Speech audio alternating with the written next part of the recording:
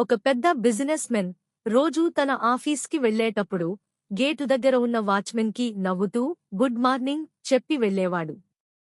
అయితే ఒకరోజు ఆ బిజినెస్ మెన్ ఆఫీసులో ఒక పెద్ద ఫ్రీజర్ రూంలో లాక్ అయిపోతాడు.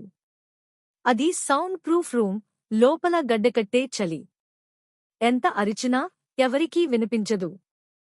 అందరూ ఆఫీస్ వదిలి వెళ్ళిపోతారు. తను ఇంక చనిపోతాను అని అనుకున్న సమయంలో వాచ్మెన్ వచ్చి డోర్ తీసి అతన్ని కాపాడుతాడు. నీకు నేను ఇక్కడ ఉన్నానని ఎలా తెలిసింది అని అడిగితే అప్పుడు ఆ వాచ్మెన్ ఇలా అంటాడు. సార్, ఈ ఆఫీసులో వందల మంది పని చేస్తారు, కాని లోపలికి వెళ్ళేటప్పుడు వచ్చేటప్పుడు నన్ను మనిషిలా గుర్తించి ఆప్యాయంగా పలకరించేది మీరు ఒక్కరే సార్. ఈరోజు మీరు లోపలికి వెళ్లారు కాని బయటకు రావడం నేను చూడలేదు. అందుకే మిమ్మల్ని వెతుక్కుంటూ వచ్చాను అని అన్నాడు. నీతి: మన పదవి ఎంత పెద్దదైనా ఎదుటి మనిషిని గౌరవించడం మర్చిపోకూడదు. మనం ఇచ్చే గౌరవమే మనల్ని కాపాడుతుంది. ఈ కథ మీకు నచ్చినట్లయితే తప్పకుండా లైక్ చేయండి.